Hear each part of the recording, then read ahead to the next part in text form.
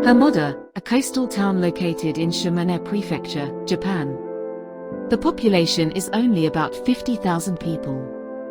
Miyako Hiraoka, a 19-year-old girl, lives there. She is a student at Shimane State University and lives in the campus dormitory. This is the first time she has been away from her parents who live in Kagawa Prefecture, which is about a 3-hour drive from Hamoda. She is active in various activities. Recently, she was very happy because the Nadezhda ship from Russia visited Hamoda for the first time and docked at Hamoda harbor. The ship was carrying Russian State University maritime students. Miyako was chosen as one of the students to board the Nadezhda and get to know the Russian maritime students. Understandably, Miyako speaks Russian. The girl dreams of one day continuing her education abroad, perhaps to Russia or another country. On a daily basis, besides studying, Miyako also works at an ice cream shop located in a shopping center not far from her dormitory. Despite having her own income, Miyako always lives frugally. Some of her salary is saved. Her parents are proud of their daughter who, although still young, has shown great responsibility. Miyako enjoys working at the ice cream shop. The salary is not bad for a student like her. But there was one thing that bothered her. Her working hours ended at night, around 9 p.m. It wasn't a problem at first, because every time she came home from work and walked to the dormitory she was always with a friend who also worked at the ice cream shop. But now the friend had quit. The distance between the ice cream shop and her dormitory is not too far, about 2 kilometers. But Miyako has to pass through a lonely road cut near the forest without street lights. Sometimes she feels scared. Actually, Miyako could have taken the bus. But she wanted to save money, so she decided to walk every night back to her dormitory. Just like that day, October 26, 2009. The ice cream shop closed at 9 p.m. Miyako was ready to go home. She left the store carrying a plastic bag filled with garbage to throw away. This was Miyako's last night, because tomorrow and the following days she was no longer on Earth. The next day, October 27, 2009, Miyako's colleagues at the ice cream shop were waiting for her, but she didn't show up. They then contacted Miyako's parents and inquired about her whereabouts. Miyako's parents were shocked. Last night, they had also tried to contact Miyako, but to no avail. This was out of the ordinary for Miyako, as she always contacted her parents every day. Miyako's parents immediately contacted the campus dormitory management, and the information obtained was surprising. Since last night, it turned out that Miyako had not returned home. Worried that something bad might happen to their child, Miyako's parents immediately reported Miyako's disappearance to the police. The police immediately conducted a search, especially in the area around the campus dormitory, as well as Miyako's workplace and along the road she took from the ice cream shop to the dormitory. Unfortunately, there were no CCTV cameras along the road that could give an idea of what happened to Miyako. Police distributed leaflets to the public to help search for Miyako. The leaflets contained Miyako's last photo obtained from CCTV footage at the ice cream shop. At around 9 p.m., she was seen carrying a plastic garbage bag. The leaflet also described Miyako's walking route from the ice cream shop to her dormitory. Police questioned Miyako's family, friends, colleagues, and local residents, but no significant information was obtained. Miyako was known as a good girl, had no boyfriend, and no enemies. It seemed impossible that anyone would want to do anything bad to her. A week passed, and the police couldn't find any clues. Where was Miyako? Fall was the season for kinoko or wild mushrooms. The Garyu mountain area in Hiroshima is a good place to look. There is a lot of wild kinoko growing there. That day, November 6, 2009, on the slopes of Mount Garyu, someone was looking for mushrooms. Suddenly he was surprised. A human had popped out of a pile of leaves. The mushroom seeker screamed in fear. He ran away and immediately contacted the police. Soon the police and forensic team had filled the location on the slopes of Mount Garyu. They found some body parts. What they saw was so horrifying, it's hard to describe in words. DNA tests showed the discovery was the girl they had been looking for, Miyako Hiraoka. The girl's death was estimated between October the 26th and 30th, 2009. It seems she was killed elsewhere and then dumped in the Garyu Mountains about an hour and a half from Hamoda. The news spread immediately.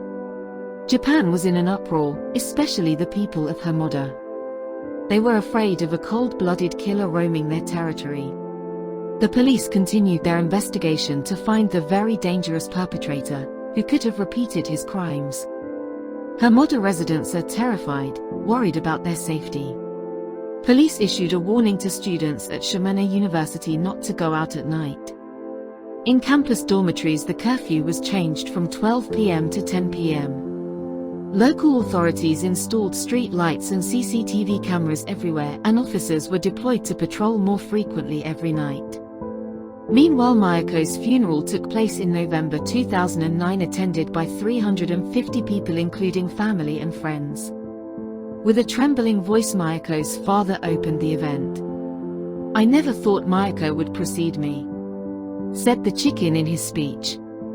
At the event there were white flowers and Miyako's photo. There were 1,000 origami cranes. "For Miyako's sake, you live happily," her father told the mourners. Everyone couldn't help but sob. Yuichi Honda, the dean of the university, said the life of a hopeful student had been taken away from us. We could not protect her. The police investigation is still continuing. Information from the public is pouring in. The police station received nearly 3,000 tips from the public. A 3 million yen reward was offered to the person who could provide accurate information about Miyako's case. A resident who lives near Mount Garyu passed on an important clue. On the day of the incident around 9 p.m., he saw a car speeding on the freeway. Unfortunately, there was no CCTV, so the type of car was unknown. A criminal psychologist also provided input. According to his analysis, the crime was not planned and was a random crime. Coincidentally, that night, Miyako was walking alone. Then the perpetrator passed by and offered Miyako a ride. Based on profiling, it is estimated that the perpetrator is male and a local resident, single, between 20 to 40 years old. Equally important information was obtained from a witness who saw on the day of the incident a girl who was walking in a white Toyota Mark II car that stopped by the roadside. The witness believed the girl was Miyako. After the girl got into the car immediately sped off. But unfortunately, with all the information gathered, the police still failed to find the culprit. The clock was ticking. Every year, on the day of Miyako's disappearance on October 26th, the police distribute leaflets about the Miyako Hiraoka case in front of Matsu Station in Shimane Prefecture. The police want people to recall the case and pass on information that may have been forgotten. The first year passed, followed by the second year, the third year and the sixth year, and the perpetrator was still nowhere to be found. Entering the seventh year, there was finally a glimmer of hope. In 2016, when the police were checking people with criminal records around Shimane Prefecture, the name of a man, Yoshihiro Yano, came up. He grew up in Shimonoseki City in Yamaguchi Prefecture. His father owned a rice shop, while his mother ran a laundry business. Yoshihiro had one younger brother. He was the pride of his parents because he got good grades in school, so his future was considered bright. Yoshi moved to the city of Kita-Kyushu to attend college, but soon dropped out for no apparent reason and returned to live with his parents. Since then his life seemed troubled until he was convicted of stalking and hurting a woman in Tokyo. The man was sentenced to 3 years and 6 months in prison. After his release in May 2009, he returned to live with his parents and worked as a salesman for a company. His performance was so good that he was promoted and transferred to Shimane Prefecture. Yoshiharu decided to move to Hamoda City in Shimane Prefecture, the city where Miyako lived. Based on investigations, Yoshiharu was on leave for 2 days on November 6, 2009 at the same time Miyako's body was found on Mount Garyu. Together with his mother, he drove back to his hometown of Shimonoseki to make a pilgrimage to his father's grave. On the way something strange happened. Suddenly her car caught fire on the Chugoku freeway. When the police arrived at the scene, they found the charred bodies of Yoshi and his mother. There were no signs of tire slippage or brake failure. Everything was normal. According to eyewitnesses, the car suddenly hit the metal barrier on the side of the road several times, then suddenly smoke appeared and the car caught fire. The investigation showed that the accident was a drive-by. Yoshiharu deliberately crashed the car into the guardrail, causing the car to catch fire. But when the accident happened in November 2009, the police did not connect it to Miyako's case at all.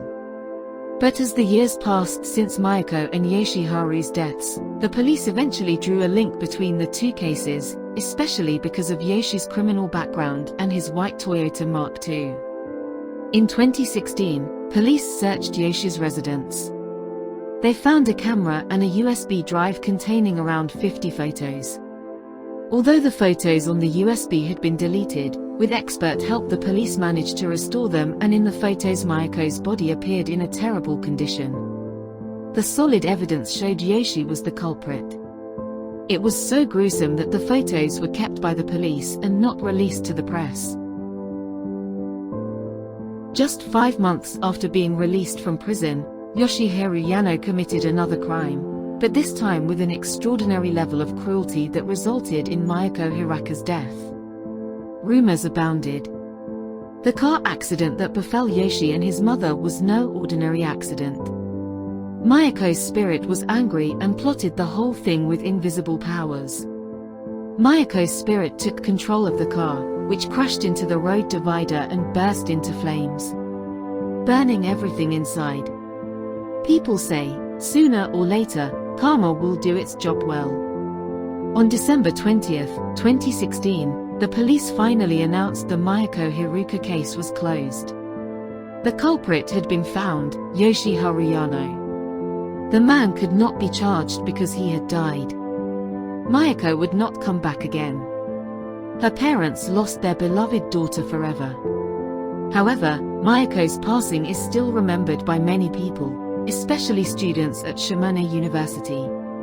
They created a memorial garden, a garden of remembrance for Miyako.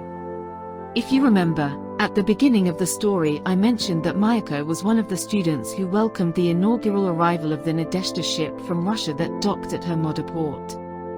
Well, on June 26, 2018, the Nadezhda ship came back for the second time and docked at Hamoda port. The ship carried around 40 maritime students or cadets from Russia. Together with Shimane University students, they gathered at Miyako Hiraoka Memorial Garden to pray. Miyako dreamed of studying abroad one day, but at the age of 19, that dream was dashed. Miyako's dream will never come true. However, her hope will live on. Russia's Maritime State University regularly awards scholarships in Miyako Hiraoka's memory to Shimane University students who wish to study in Russia. Farewell Miyako, fly to a happy place with 1,000 origami cranes.